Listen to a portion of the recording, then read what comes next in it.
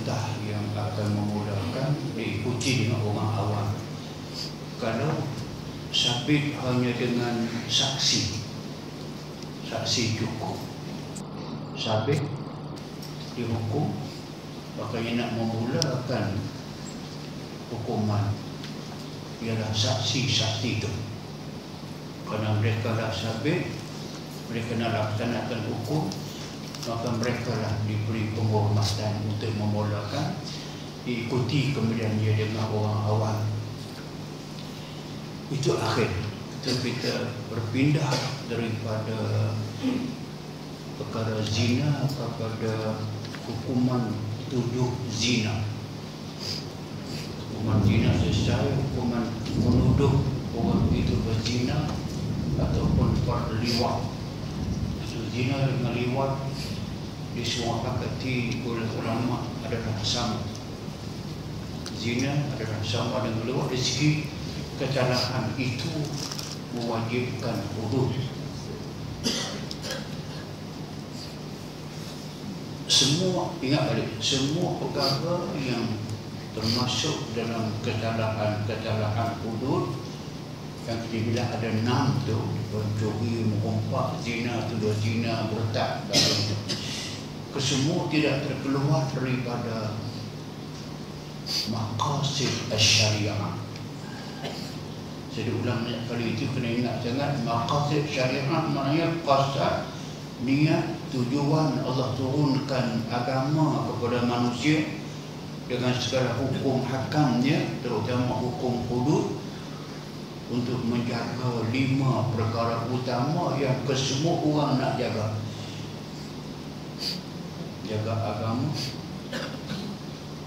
menjaga nyawa, menjaga akal, menjaga keturunan, dan menjaga harta benda. Untuk jaga 5 inilah maka syarak turun hukum yang kadang-kadang dia nampak macam keras sikit kerana itulah ubat kepada manusia, tapi yang pentingnya maqasid, tujuan murninya nak menjaga 5 perkara tadi. Kalau tuduh zina, nak menjaga keturunan dan menjaga keaiban manusia, maruah manusia mesti dijaga. Nak jaga maruah keturunan adalah maruah. Waktu kita marah, jangan nak maki orang keturunan bangsa, disebut keturunan bangsa tak guna. Itu dia marah sangat, itu maknanya dia kena sebut keturunan dia bangsa. Sebab tu maka yang nama keaiban ini Islam jaga. Jangan mudah tuduh, kerana tuduh mudah. Orang yang kena tuduh itu menanggung banyak. Kamu katakan anak zina tu, keturunan zina, anak itu akan tercalar, perasaannya, ibu bapa tercalar. Kalau mudah-mudah tuduh, inilah maka Islam memperkenalkan suatu pasal daripada menjaga maruah manusia. Dilarang kita menuduh zina atau larangan qazaf. So perkataan qazaf, Al-Quran menggunakan, asalnya qazaf itu bermakna melontar. Wa qadhafa fi qulubihim ar-ru'b bima asyraku. Dalam peperangan antara Islam dengan yang kafir, Allah melontarkan, Allah melemparkan ke atas orang-orang yang syirik, musuh Nabi, musuh Islam itu ar-ru'b, kegerunan kepada kehebatan Islam. Senang kerana bagi musuh rasa takut, musuh rasa gentar orang Islam. Itu Nabi sebut di antara Nabi punya cerita, dia kata nusirtu birru'bi masih kata sittata asyhur. Allah beri kepada aku, nusirtu, ditolong aku, tolong orang Islam, birru'bi dengan melontarkan perasaan takut kepada orang musyrikin, masih lagi cerita asyur 6 bulan. 6 bulan lagi perjalanan askar Islam nak sampai ke musuh, lagi 6 bulan mereka sudah terkencing terberak, dah terkincit dah, takut. Asal waqala apa dilontarkan fi qulubihim ru'b, di hati mereka itu ketakutan. Dia dah takut, lebih mudah mereka lagi di peperangan, tak hadapi lupa atau menyerah diri. Yang ini nampak jelas sangat dalam perang Tabuk. Perang Tabuk, perang terakhir Nabi sebelum wafat, yang disebut dulu jalanan 879 km.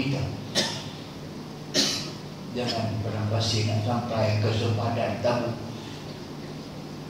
Berapa bulan baru sampai? 800.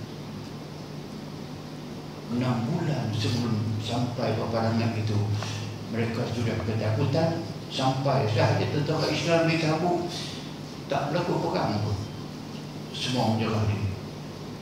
Dan kita menang, mereka menyerah diri. Maka itulah bahasa itu Allah menggunakan perkataan qazaf, melemparkan tuduhan untuk mencaci seseorang atau untuk memalukan seseorang dengan tuduhan zina atau liwat, atau seumpamanya yang menunjukkan kepada si pula itu dikatakan, dituduh dia melakukan perkara yang fahisyah. Maka senang kita faham, maka qazaf asal maknanya melontarkan ketakutan kepada musuh. Digunakan qazaf juga dalam konteks hukuman hudud adalah melontarkan, juga melontarkan, mengeluarkan tuduhan, cacian, memalukan seseorang dengan tuduhan zina atau liar, maka itu dipanggilkan sebagai qazaf. Hukuman tuduh zina, hukuman qazaf.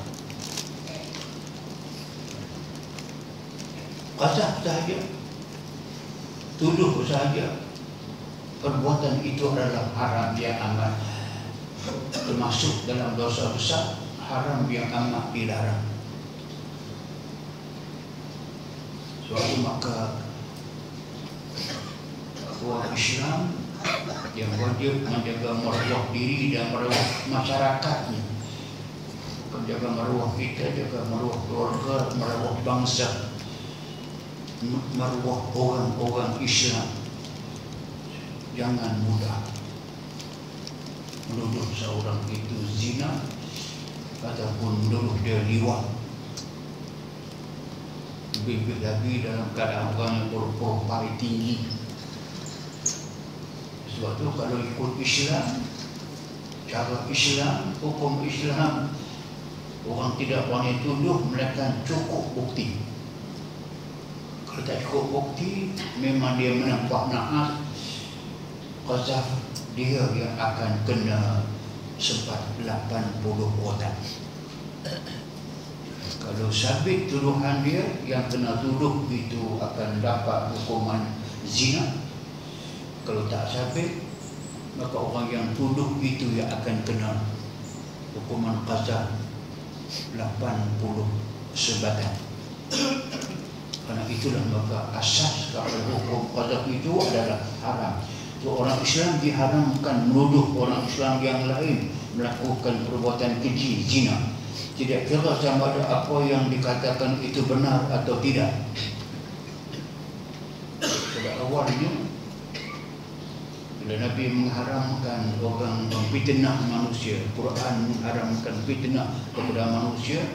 Jangan fitnah. Fitnah maknanya jangan mereka cipta seseorang itu melakukan perkara yang tidak baik, tuduh, sedangkan dia tidak melakukannya. Itu dibagi fitnah.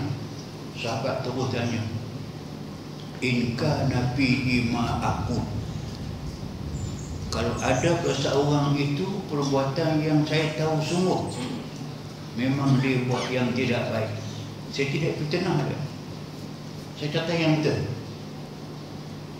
Demikian. Izan qad ghibtahu. Kalau kau nampak dia berzina sungguh, kamu seorang saja yang nampak, kamu sebut begitu, kamu telah mendedahkan keburukan dia, sedangkan kamu tidak cukup saksi. Wala yaqtab ba'dukum ba'd.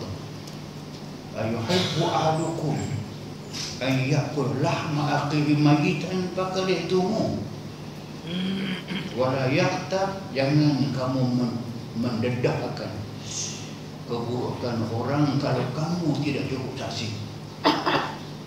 Itu kita sengaja mendedahkan keburukan orang. Itu kerja yang mengundang dosa tak saja. Walaupun benar yang kamu nampak, tapi kamu tak cukup saksi, kamu diam saja. Kamu sebut juga, kamu jumpa dengan kumpulan. Inilah yang dikatakan bahawa tengok kepada manhaj itu, tengok kepada sistem itu.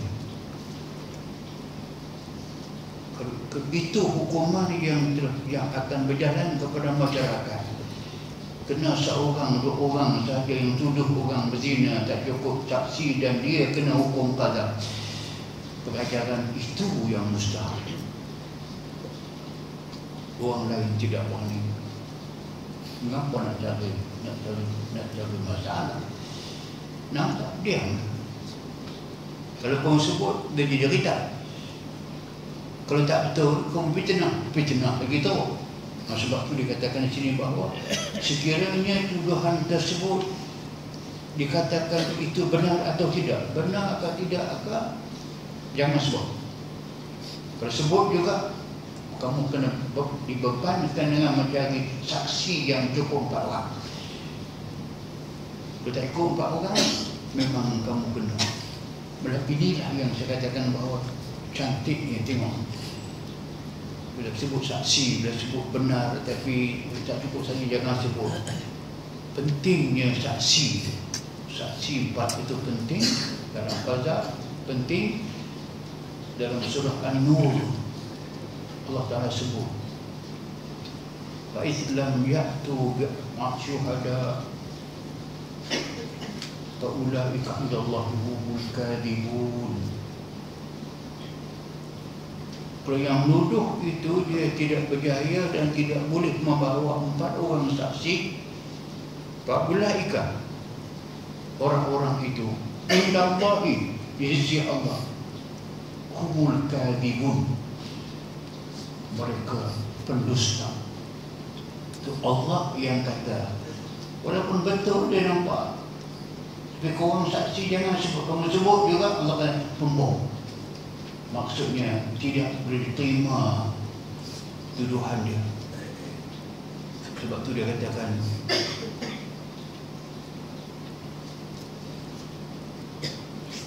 kalau itulah kuncinya. Bilang saksi cukup atau tidak. Dia NA. Satu. Video. Dua. Seorang melihat, 3. Kalau betul orang tu melihat, cari cukup 4. Asalnya pengantin syuhada itu manusia. Tak cukup 4 orang, ada yang lain dipanggil qarina. Islam gunakan qarina. Jadi ambil cerita Nabi Yusuf dengan Zulaikha, ada timbul isu dan sebagainya. Maka seorang saksi mengatakan tengok kepada pakaian. Jadi kata Yusuf yang mencabul dia.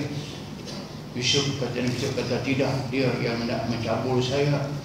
Dia katakan wa syahida syahidun bin ahli in kana qamisuhu qudda min qubulin tasaddaqat wa huwa min al-kadhibin al-kadhibin wa in kana qamisuhu qudda min duburin fakadzaba wa huwa min as-sadiqin. Dah. Jadi masalah siapa yang salah, siapa yang tidak, semua menafikan. Saksi mengatakan bahawa tengok qarinah. Apa dah qarinah? Tengok bukti sampingan. Tengok baju Yusuf, baju koyak. Dia koyak di mana? Kalau baju Yusuf kerana bergumpal tadi, kerana berlari tadi, kerana pegang tolak lalak tadi tu, memang baju dia terkoyak. Tengok, kalau baju dia terkoyak dari hadapan, dari harta, Yusuf yang salah. Sebab dia yang pergi, Yusuf yang Zulaiha yang tolak, rambut dia depan koyak. Tapi kalau baju dia terkoyak kodak, nampak pegang kesan koyak min duburi daripada belakang, jadi habuk. Yusuf yang betul, sebab dia yang lari, Zulaiha datang dari belakang pegang baju. Tengok-tengok baju Yusuf kodak kubul, koyak di hadapan. Dan baju Yusuf tidak terkoyak di depan, terkoyak dari belakang. Maka Yusuf melarikan diri daripada Zulaiha. Dia kejar di belakang, pegang baju dia, tepis pakai terkoyak. Maka sahada min kaidikunna, inna kaidakunna azim. Sahlah ini kamu yang aku yang angkara, wahai Zulaiha.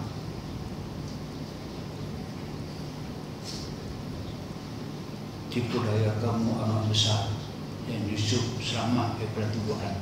Saya balik semula ke tadi. Maka yang nampakkan saksi tadi itu DNA qarinah, tapi dia satu. Kalau ada recorder yang didapati sungguh-sungguh genuine, bukannya tipu dan sebagainya, satu. Saya cukup 4. Kalau tidak cukup 4-nya, balik kepada Quran, balik kepada sunnah, balik ke hukum Islam syariah.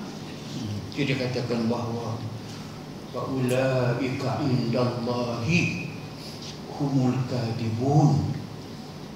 Orang-orang itu kesemua yang terlibat dalam tuduhan itu, Allah bagi tahu kepada kita, mereka adalah pembohong-pembohong. Seperti makanya tadi dikatakan bahawa sekiranya tuduhan tersebut palsu, ia adalah fitnah, sah fitnah. Takkan fitnah itu nak dihukum orang yang kena fitnah. Orang yang memfitnah lah dia akan dihukum. Sebab itu apa dia hukuman dia? Tak cukup saksi mereka qazaf, maka hukuman qazaf wajib laksanakan kepada mereka. Kerana itulah maka ada hadis sahih yang Nabi sebutkan, ijtanibu as-sab'al mubiqat, jauhkanlah diri kamu daripada 7 perkara dosa besar yang akan membinasakan kamu. Mubiq, membahayakan diri kamu, menyusahkan kamu, menyeksa kamu dunia sampai kepada akhirat. Itu 7 perkara. Kita nak ringkaskan satu daripada 7 itu. Wa qazful muhsanatil ghafilat, menuduh perempuan-perempuan Islam muhsan, dia bagian muhsan, al-ghafilat, yang bukan berpotensi untuk melakukan kejahatan. Ghafil, tidak ada dalam ingatan dia, dalam zahir hidup dia, bukan itu kerja dia. Maka tuduh zina ini adalah termasuk dalam mubiqat yang Nabi amat larangkan. Hukuman tuduh zina dan dalilnya.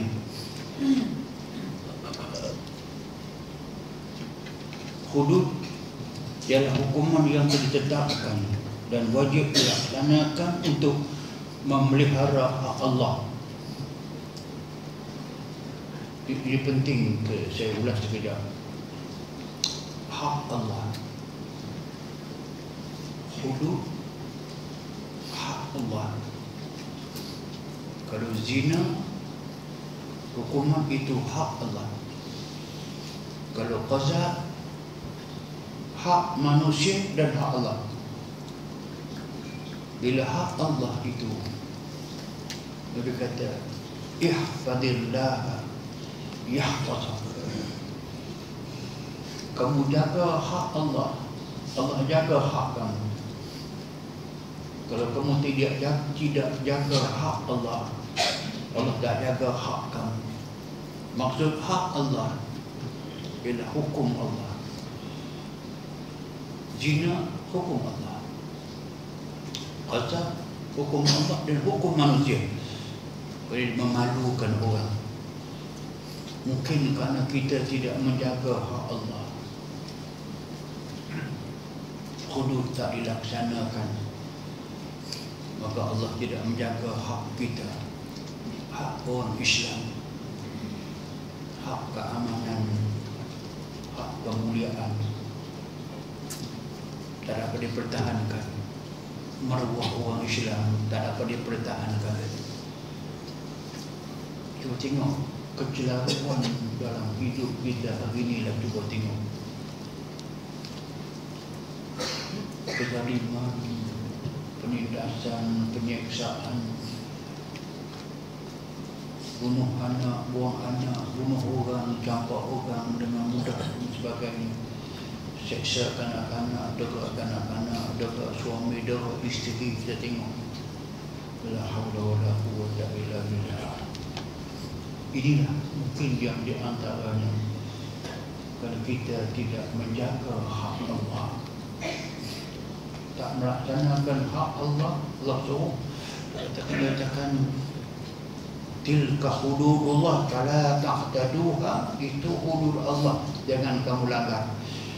Kamu kita langgar itu, kita langgar, kita tinggalkan dia, maka makna dia kita abaikan hak Allah.